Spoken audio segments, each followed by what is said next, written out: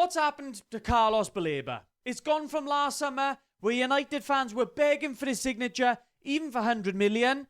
What? Then you fast forward it now and we're looking at it, well, for 40 million, I suppose he's an option. Him coming off after 20 minutes in Brighton's most recent Prem game did nothing to help his current reputation. I've already displayed my caution regarding Baleba's signing, regarding certain aspects of his game, and I'm going to get more into that a little bit later on in the video. But there's more at play here. Is it simply just low confidence? Have the United links really got to his head that badly? I want to break it down all in today's video and decide once and for all whether Baleba is a viable option for United's midfield rebuild. As always, guys, drop a like if you enjoy, subscribe if you're new around here, and let's get into it. Okay, let's go. So in recent days, I've been crunching the numbers, comparing Baleba's stats from last season to this season. To my surprise, his stats haven't actually changed all that much. His defensive numbers are pretty much the same. Passing-wise, they're very similar also as well. So when people are obviously saying now that his form, and it looks that way, that his form has absolutely dropped off a cliff.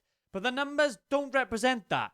The only numbers that have really fallen this season are going to be the amount of dribbles that he's completing. As we know, that was a major strength of his last year. And in this season, he hasn't quite displayed as much of it. But these stats, I think, is one of the main reasons why United are still quite keen on Baleba. And it does look as if United are going to reactivate that interest that they had from last summer. They're going to be looking at that now in the next summer transfer window. And I think United are just hoping now they can get him a little bit cheaper. And given his age, given the skill set, they're hoping that he can still thrive in United's midfield despite the struggles that he's had this season. His recent game against Liverpool did show signs of him starting to come back to life a little bit. While his team eventually got dumped out to the FA Cup, Baleba, for me though, he just looked a little bit sharper. He was heavily involved in winning the ball back for his team, and he showed encouraging signs on the ball as well. For me, the defensive work has stayed very similar this season. He still covers ground really well, and he uses that physicality that we know that he has to great effect still. The biggest change that I've seen this season has been his work on the ball. Those big long carries into the opposition territory, they don't seem to be such a major part of his game. He was known so much for it last year, but this season, it seems to have disappeared a little bit. And while we know that he's still a very young player, there doesn't seem to have been much progression in his overall game over the course of the last year. His passing is still decent enough, but there's definitely more levels that his game could rise to. Overall, when his team have the ball, I still don't see Baleba really taking charge and really taking responsibility in possession. And this is the sort of stuff I'm talking about in regards to Baleba in possession. And this is from a game from last season. So this is where his game was at the very, very top. But Baleba still doesn't do enough for me to really take charge of possession for his team. It's too easy for him just to be shadow marked out of it, and when the Brighton centre-backs have the ball, I can run it on here. It's far too easy for the number 10 or the striker just to mark him out of the game. Again, Baleba just sort of walking back and forth, staying in the shadow of that marker, and Brighton are trying to progress that ball through the Liverpool mid-block, and I'm looking at Baleba, and is he really doing enough? Because you've got Brighton going out wide here, Baleba marked out of the game.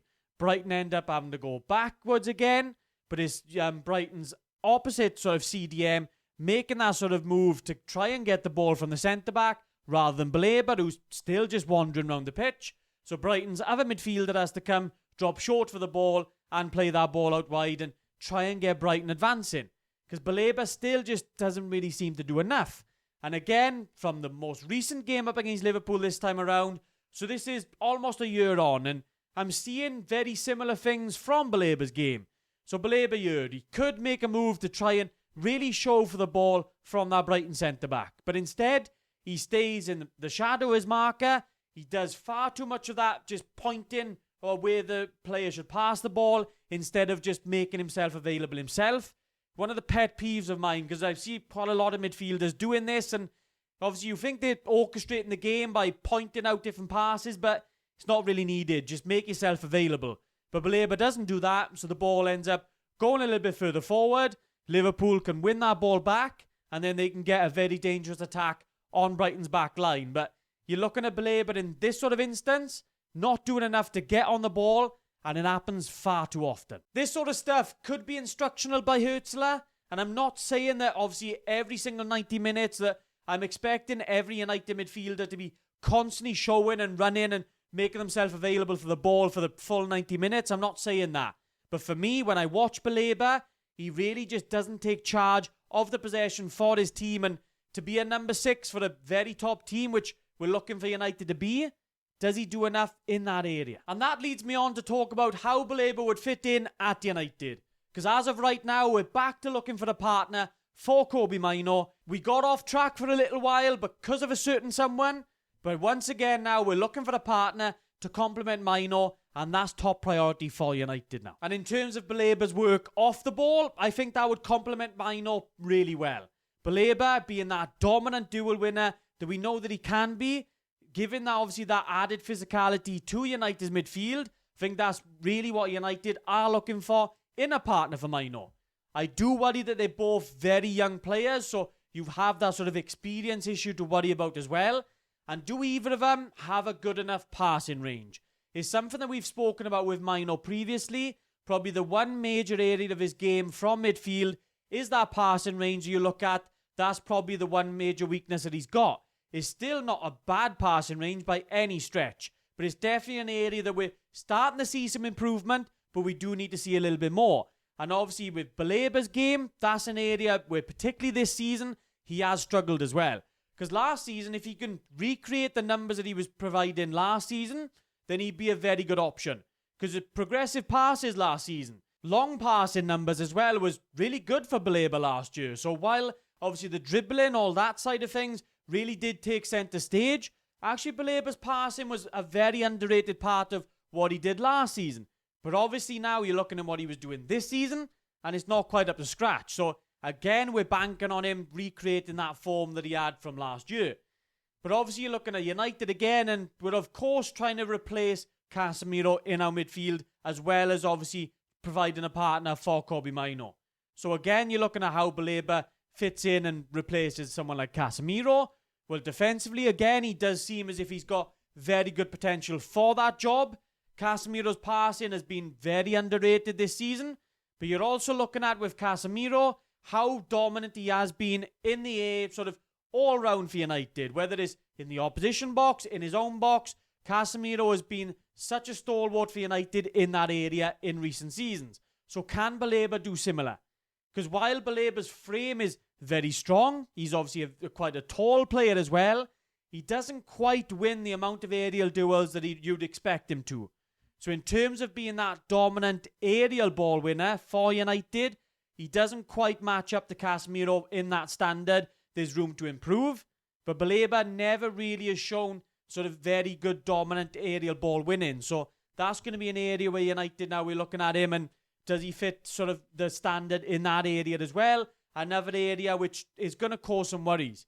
But we've known for a while now that it's not going to be just the one signing that's going to really solve United's issues. It's going to be sort of 2, 3, maybe even 4 signings in that midfield area to really get us sorted in the middle of the park. You want too much. I'm sure United will be back in for Baleba. They'll probably be looking to spend around sort of 50, 60 million, maybe even 70.